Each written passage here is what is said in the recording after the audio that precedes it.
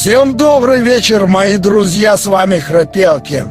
Для всего мира произошла настоящая пиздец, какая страшная катастрофа. А именно, один спокойный день мой брат со своими передроченными дружками открыли вход в святилище Черномора. Оттуда вышли защитники святилища, а именно разумные мертвецы, которые уже заразили некоторых людей. Симптомы: высокая температура, душераздирающий кашель и вилать кожа. Ну что могу сказать?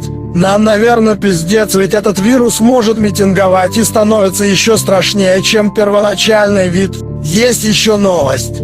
К нам обратно присоединился Катан Саня. Он, конечно, был в облике зомби, но мы его вылечили с помощью одного препарата, который разработал хренелки-дебилки.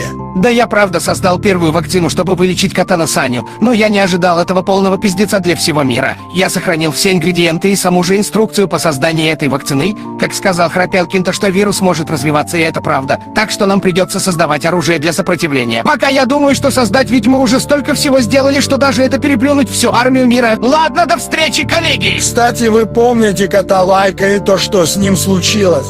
Так вот, я вместе с Хренелкином сделали для него экзоскелет и специальный прибор для формирования голоса. Операция прошла успешно, но у него пока что не будет прежнего голоса, ведь нужно обновлять этот прибор, и через некоторое время типичный голос появится. Всем здорово, кореши.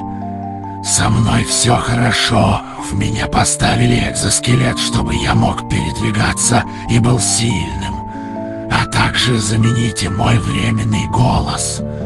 Ладно, неважно, вот вы же знаете то, что веселый кот отсутствует. Хнык-хнык, мы его нашли на экспедиции в критическом состоянии вместе с ФНАФ Плеем. Сейчас они находятся в больничном отделе. Я надеюсь, им помогут. Ладно, даю слова Храпелкину. Забыл сказать вам то, что этот беложопый гондон ебаный взломать мою систему базового компа. Он выбрал всю инфу оттуда, и теперь он знает о моем плане. Так что не волнуйтесь, я что-то придумаю. Но это проблема нечего, но вот хренелки-дебилки забыл сказать то, что он нашел запись с недра земли какого-то уебаного волосатого волка или говноеда.